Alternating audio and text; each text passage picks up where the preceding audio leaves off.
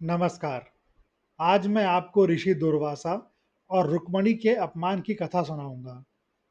यह कथा कुछ लोक कथाओं और वैष्णव परंपरा से जुड़ी कहानियों में मिलती है, जो अतिथियों का सम्मान, क्रोध के परिणाम और अहंकार के पतन को दर्शाती है। यह सीधे किसी प्रमुख पुराण में बहुत विस्तृत रूप से नहीं मिलती, लेकिन इसका प्रसंग अक्सर विभिन्न भक्त कहानियों में होता है।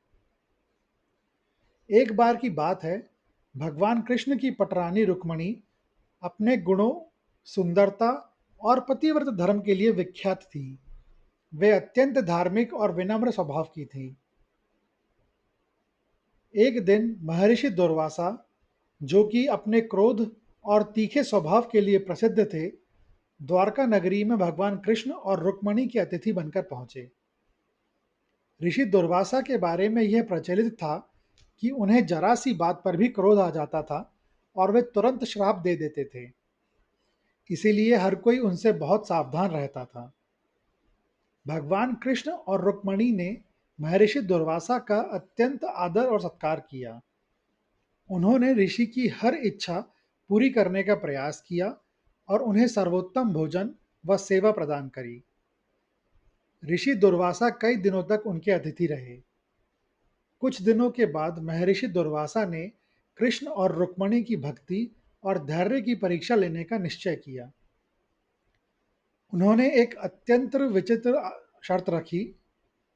दुर्वासा ऋषि ने कृष्ण और रुक्मणी से कहा, मैं चाहता हूं कि तुम दोनों आज मुझे नगर में घुमाने के लिए रथ को स्वयं खींचो।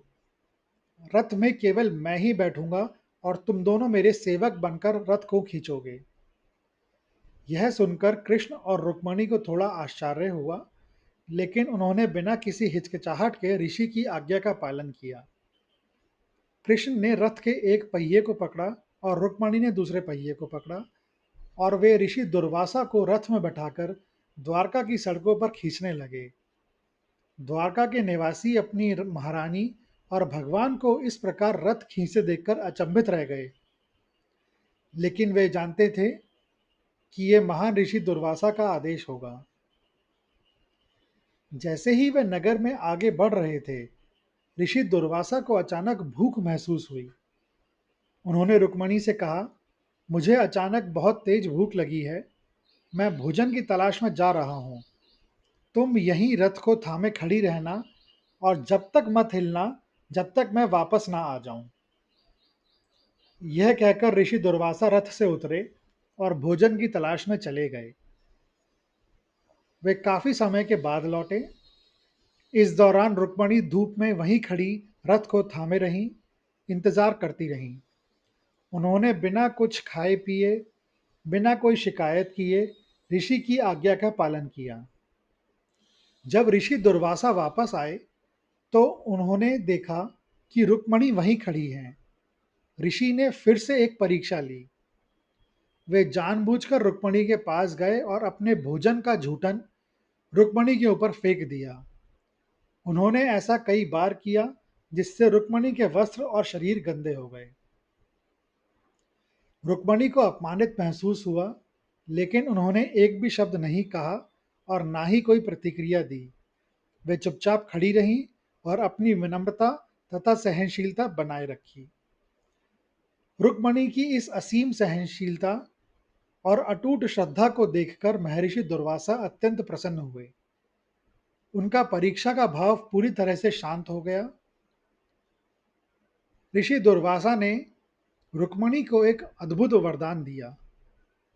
आज मैंने जो जूठन तुम्हारे शरीर पर फेंका है, वह तुम्हें कभी अपवित्र नहीं करेगा, बल्कि यह तुम्हारे लिए एक शाश्वत सौंदर्य और पवित्रता का प्रतीक बन जाएगा। तुम हमेशा इसी प्रकार पवित्र, सुंदर और सौभाग्यशाली रहोगी। तुम्हारे रूप और गुणों की प्रशंसा तीनों लोकों में होगी और तुम्हारी कीर्ति युगों युगों तक बनी रहेगी। इतना कहकर ऋषि दुर्वासा उन्हें आशीर्वाद देकर चले गए।